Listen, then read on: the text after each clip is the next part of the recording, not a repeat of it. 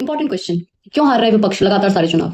ये बात विपक्ष को और आप लोगों को समझ लेनी चाहिए कि विपक्षी पार्टियों के हारने की ही गुंजाइश ज्यादा है। अब हमारी आंखों के सामने ही देश में एक ऐसा मजबूत सिस्टम तैयार हो गया है कि उसको तोड़ना किसी के बस की बात ही नहीं है। कोई लेवल प्लेइंग फील्ड नहीं है अब। किसी भी जगह जो सरकार है वो लोगों के खाते में पैसा डाल रही है। मॉडल कोड ऑफ कंडक्ट लागू है तब भी लोगों के खाते में पैसा आ रहा है। पहले चरण के चुनाव के बाद भी आ रहा है। ये पैसा तो 5 साल में कभी भी दिया जा सकता था, लेकिन चुनाव के दौरान ही क्यों? क्या विपक्ष पैसा डाल सकता है ऐसे लोगों के खाते में? नहीं। और इलेक्शन कमीशन बिल्कुल इस पर आपत्ति जता सकता था, पर कैसा हुआ? नहीं। फिर चुनाव में खर्च होने वाला पैसा जिसकी कोई सीमा ही नहीं है, ये इन्हीं सब राजनीतिक पार्टियों ने ही रूल बनाए हैं और चलते रहने दिए कि एक पार्टी को कितना भी चंदा लेने का अधिकार है, ना भी आरटीआई के दायरे में आती है। फिर इलेक्टोरल बॉन्ड ले आए, 6 साल तक ये खेल चलता रहा और फिर सुप्रीम कोर्ट को याद आया कि अरे ये तो लीगल है। सबसे ज्यादा पैसा बीजेपी ने कमाया इससे, 4 साल में 5,271 करोड़ और कांग्रेस को 952 करोड़। कोई बराबरी है? जिस पार्टी के पास पैसा ज्यादा है वो तो कुछ भी कर सकती है। सबको पता है वोटिंग से पहले पैसा बढ़ता है, सब पार्टियां बांटती हैं, लेकिन जिसके पास ज्यादा पैसा है वो ज्यादा पैसा दे सकती है। तो मुझे बताइए विपक्षी पार्टी ऐसा क्या वादा कर देगी, ऐसा क्या ही कह देगी जो इस पूरे सिस्टम से कम्पीट कर सके?